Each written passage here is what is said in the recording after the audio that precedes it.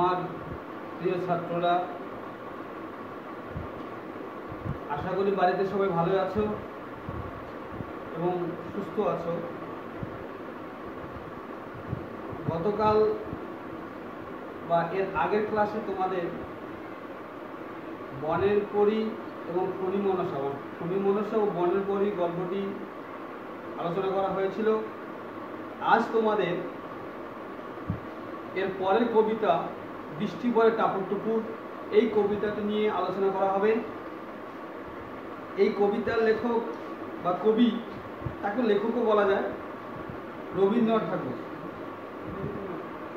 এবার এর আগেও আমি তোমাদের ক্লাসে আলোচনা করি বা করেছিলাম যে কোনো গল্প এবং কবিতার মূল উদ্দেশ্য বা মূল বিষয়টি লুকিয়ে থাকে তার বা সেই কবির বা সেই গল্পের বা সেই কবিতার নামের মধ্যে।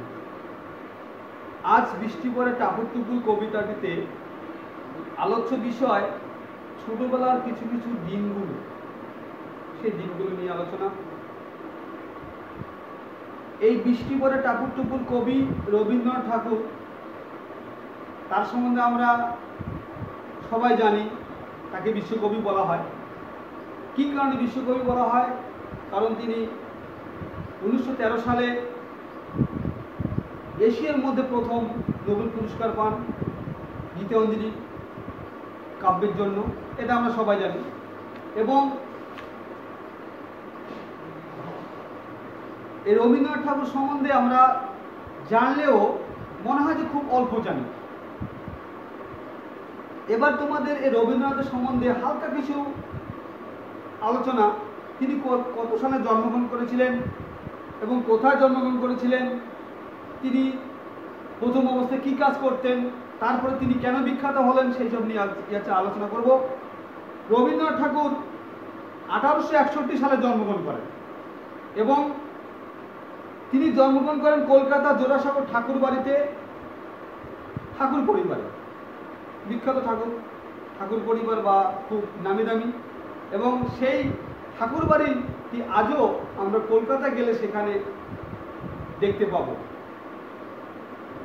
ঠাকুর বাড়ি থেকে প্রকাশিত, মানে সেই সময়কার ঠাকুর বাড়ি থেকে প্রকাশিত হতো ভারতী এবং বলাকা পত্রিকা। সেই পত্রিকায় তিনি নিয়মিত কোনো না কোনো গল্প, ছোট গল্প, কবিতা, গান নিয়মিত লেখাটা দিতেন বা লিখতেন। তার উল্লেখযোগ্য মধ্যে কথা কাহিনী, সহজ পাঠ, রাজস্বী, ছেলেবেলা,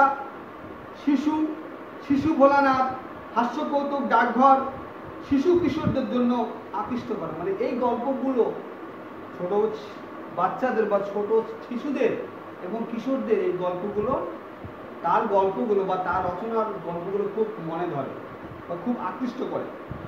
তিনি দীর্ঘদিন অজস্র কবিতা, গান, ছোট গল্প, উপন্যাস, প্রবন্ধ লিখেছেন। আর একটি বিষয়,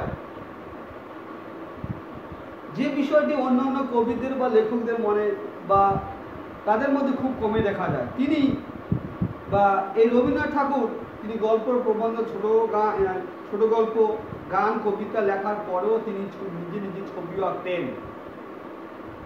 এই পারদর্শিতাও তার মধ্যে ছিল। 1913 সালে তিনি সং অফারিং এর জন্য এশিয়ার মধ্যে প্রথম নোবেল পুরস্কার পান, যেটাকে আমরা বাংলায় বলি গীতাঞ্জলি কাব্য। দুটি স্বাধীন দেশ তথা ভারতবর্ষ এবং বাংলাদেশের জাতীয় সঙ্গীত তারও রচনা। বাংলাদেশের জাতীয় সঙ্গীত হলো আমার সোনার বাংলা আমি তোমায় ভালোবাসি, এটাও তিনি লিখেছেন। এবং আমাদের ভারতবর্ষে জাতীয় সঙ্গীত জনগণ মন অধিনায়ক জয় হয়ে, এই গানটাও তার রচনা। এবার এখানে খুব একটি জানার বিষয় আছে যে বৃষ্টি পরে টাপুর টুপুর কবিতাটি তার কোন বই থেকে বা তার কোন মূল কাব্যগ্রন্থ থেকে নেওয়া হয়েছে। বৃষ্টি পরে টাপুর টুপুর, প্রথমে বৃষ্টি পরে টাপুর টুপুর শিরোনাম, এই শিরোনামটা করা হয় 1310 বঙ্গাব্দে, মানে বাংলা সালে মোহিত চন্দ্র সেন সম্পাদিত কবি রবীন্দ্রনাথ ঠাকুরের শিশু কাব্যগ্রন্থ প্রথম প্রকাশিত হয়েছিল। এই কবিতাটি প্রথম প্রকাশিত হয় 1310 খ্রিস্টাব্দে বা বঙ্গাব্দে। মোহিতচন্দ্র সেই সম্পাদিত করতেন। শিশু কাব্যগ্রন্থ প্রথম প্রকাশিত হয়। পরবর্তীকালে কবি স্বয়ং কবি নিজেই ছোটদের জন্য ছুটির পড়া শীর্ষক একটি সংকলন গ্রন্থে বৃষ্টি পরে টাপুর টুপুর কবিতাটিতে অন্তর্ভুক্ত করে প্রকাশ করেন। এই কবিতাটি আবার ছুটির পড়া শীর্ষক ছুটির পড়ার মধ্যে এই কবিতাটি আবার প্রকাশ করেন। এই সংকলন গ্রন্থটি হলো 1316 বঙ্গাব্দে প্রকাশিত হয় বা হয়েছিল। শিশু কাব্যগ্রন্থে গৃহীত কবিতাটির সঙ্গে ছুটির পড়া শিশুর কাব্যগ্রন্থে গৃহীত কবিতাটির ছুটির পড়া অন্তর্ভুক্ত কবিতায় কিছু উল্লেখযোগ্য পাঠভেদ আছে বা পাঠভেদ আছে বা রয়েছে। ছুটির পড়া সংকলনটি প্রকাশ করার সময় কবি নিজেই কবিতাটির এই সমস্ত পরিমার্জন ঘটিয়েছিলেন। তাই পাঠ্যপুস্তকের কবি রবীন্দ্রকৃত ছুটির পড়া পাঠকেই গ্রহণ করা হয়েছে। এর থেকে জানা যায় যে বৃষ্টি পরে টাপুর টুপুর এই কবিতাটির মূল যে বইটি থেকে নেওয়া হয়েছে সেটি হলো ছুটির পড়ার পাঠক। এই বইটি থেকে এটি নেওয়া হয়েছে। আমরা রবীন্দ্রনাথ ঠাকুরের সম্বন্ধে যত বেশি বলি না কেন তত কম বলা হয়। যাই হোক, আমরা সবাই জানি। এরপরে মূল পড়াটা বা মূল কবিতার মধ্যে আমরা চলে আসি। আমি তোমাদের এক একটা করে ছন্দ বুঝাচ্ছি, সেই ছন্দ অনুসারে তোমরা বাড়িতে সুন্দর করে শুনবে এবং বইয়ের সঙ্গে মিলিয়ে পড়বে, তাহলে অসুবিধা হবে না। তো প্রথম ছন্দ হলো, আলোর দিনে দিনের আলো নিভে এলো, সূর্যি ডোবে ডোবে, আকাশ ঘিরে মেঘ জুটেছে চাঁদের লোভে লোভে, মেঘের উপর মেঘ করেছে রঙের উপর রং, মন্দিরেতে কাঁসর ঘন্টা বাজলো ঠং ঠং। বিশেষ করে দিনের আলো যখন সূর্য ডোবা ডোবা ভাব, সেই সময়কার দৃশ্যের কথা বলা হচ্ছে। দিনের আলো নিভে এলো, সূর্যি ডোবে ডোবে, এখন ডুবিনি, ডোবে ডোবে ডুবো ডুবো ভাব, দিনের আলো সেটা আস্তে আস্তে নিভে যাচ্ছে এবং দিনের শেষে রাত্রি হয়, সেই রাত্রি আবার চাঁদের লোভে লোভে মেঘের উপর মেঘ করেছে এবং রঙের উপর রং। সন্ধ্যাবেলা মন্দিরেতে কাঁসর ঘন্টা ঢং ঢং করে বেজে উঠল, তখন আমরা বুঝতে পারি যে দিন শেষ। তাই তোমাদের প্রথম স্তবকের একটি অংশ হলো মন্দিরেতে কাঁসর ঘন্টা। এই যে মন্দিরেতে কাঁসর ঘন্টা, কখন মন্দিরেতে কাঁসর ঘন্টা বাজে? শুধু কি পুজোর সময়? না, শুধু পুজোর সময় বাজে না, বাজে সন্ধ্যাবেলা, যেটাকে আমরা সাজ বেলা বলি। সূর্য ডোবার সেই মুহূর্তটাকে বলা হয় সাজ বা সন্ধ্যা। সেই সময় পুরোহিত মন্দিরে পুজো করার সময় মন্দিরেতে কাঁসর এবং ঘন্টা বাজান। তখনই আমরা ঠিক বুঝতে পারি যে এই সময় সন্ধ্যা নেমে এসেছে। তারপরে স্তবক, ওপারেতে বৃষ্টি এলো, ওপারেতে বৃষ্টি এলো ঝাপসা গাছপালা, ওই পারে নদীর ওই পারে বা একটু দূরে বৃষ্টি এলো। এই সেই বৃষ্টির জন্য ঝাপসা দেখা যাচ্ছে, পরিষ্কার দেখা যাচ্ছে না গাছপালাগুলো। এপারেতে মেঘের মাথা 100 মানিক জ্বালা, এই পারেতে ওদিক থেকে বৃষ্টি হচ্ছে, কারণ বৃষ্টি হওয়ার কিছুক্ষণ আগে মেঘের ডাক শুরু হয়, মেঘের গুড় শুরু হয়, গুরু গুরু আওয়াজ শুরু হয়, বিদ্যুৎ চমকানো শুরু হয়, কিন্তু তার কিছুক্ষণ পরে আসে বৃষ্টি। ওইদিকে বৃষ্টি হচ্ছে, এদিকে মেঘের আওয়াজ হচ্ছে। বাদলা হাওয়ায় মনে পড়ে ছেলেবেলার গান, বৃষ্টি পড়ে টাপুর টুপুর নদের এলো বান, নদে এলো বান। নদে মানে কি? নদী। এবার সেই ছোটবেলার গানগুলো এই স্থাপক থেকে একটা পয়েন্ট করা হয়েছে, ছেলেবেলার গান। কারণ যখন বৃষ্টি হয়, সেই বৃষ্টির সময় ছোট বাচ্চাদের কত সুন্দর সুন্দর করে গান করে, যেমন আই বৃষ্টি ঝেপে ধান দেবো মেপে, এইরকম অনেক ছোট ছোট যে গান, সেই গানগুলো অটোমেটিক বা ওই সময় ঠিক মনে পড়ে যায়। আমরা যে বড় হয়েছি ছোটবেলা থেকে আস্তে আস্তে আমাদেরও ঠিক ওই সময় বর্ষাকালে ঝমঝম করে বৃষ্টি, সেটাও আমাদের মনে পড়ে, এবং তখন কী কী কাজগুলো করতাম সেটা অবশ্যই আমাদের মনে পড়ে। এর পরের স্তবক, আকাশ জুড়ে মেঘের খেলা, কোথাও বা সীমানা। কোথায় বা সীমানা, আকাশ জুড়ে মেঘের খেলা, কোনো সীমানা নেই, কোনো বাধা নেই, এদিক থেকে এদিক ছুটোছুটি করছে। কত নতুন ফুলে বনে, কত নতুন ফুলে বনে বৃষ্টি দিয়ে যায়, পলে পলে নতুন খেলা কোথায় ভেসে পায়। মেঘের খেলা দেখতে কত খেলা মনে পড়ে। এইবার এই স্তবকের মধ্যে আছে যে সেই মেঘের খেলাগুলো দেখে ছোট বাচ্চাদের বা শিশুদের বিভিন্ন রকমের খেলা, সেই বর্ষাকালের বিভিন্ন রকমের খেলাগুলো মনে পড়ে যায়। কেউ লুডো খেলে, আরও অন্যান্য খেলা খেলে, যেগুলো বাড়িতে ঘরবন্দি হিসেবে খেলা হয়। এরপরে স্তবক, কত দিনের লুকোচুরি, কত ঘরের কোণে, তারই সঙ্গে মনে পড়ে ছেলেবেলার গান, বৃষ্টি পড়ে টাপুর টুপুর নদে এলো বান। আবার সেই বৃষ্টির সময় অনেকে এই ঘর ওই ঘর, এই ঘর ওই ঘর মিলে লুকোচুরি খেলা খেলে, এবং সেই ছোটবেলার গানগুলোর কথা মনে করে। মনে পড়ে ঘরটি আলো, মানুষ মায়ের মুখে হাসি, মনে পড়ে ঘরটি আলো, মায়ের হাসি মুখ, মনে পড়ে মেঘের ডাক, গুরু গুরু বুক। এবার এই যে মনে পড়ে সেই মায়ের হাসি মুখ এবং মেঘের আওয়াজ, গুরু গুরু আওয়াজ, এই গুরু গুরু আওয়াজ যখন পড়ে তখন নিশ্চয়ই প্রত্যেকে ভয় পায়। এই ভয় পাওয়ার ফলে তখন সেই মায়ের হাসি মুখটা আমাদের চোখে বা মনে ভাসে। বিছানাটি একটি পাশে ঘুমিয়ে আছে খোকা, মায়ের পরে দৌড়াত্ম সে, না যায় লেখা জোকা। ঘরেতে দুরন্ত ছেলে করে দাপাদাপি, বাইরেতে ডাক মেঘ ডেকে ওঠে, সৃষ্টি ওঠে কাঁপি। মানে এই গোটা পৃথিবী যখন মেঘটা ডাকে, এই সৃষ্টিটা, এই পৃথিবীটা গোটাটাই কেঁপে ওঠে। মনে পড়ে মায়ের মুখে শুনেছিলেন গান, বৃষ্টি পড়ে টাপুর টুপুর নদে এলো বান। এই ছন্দটার মধ্যে আমরা এটা জানি যে কোনো বাচ্চা বা কোনো ছোট্ট শিশু যদি ভয় পায়, সেই ভয় পাওয়ার সঙ্গে সঙ্গে তার মায়ের কাছে দৌড়ে আসে, এবং দৌড়ে আসার ফলে মা তাকে বিভিন্ন রকমের গল্প গুজব শুনিয়ে সেই ভয় থেকে মুক্ত করার চেষ্টা করে।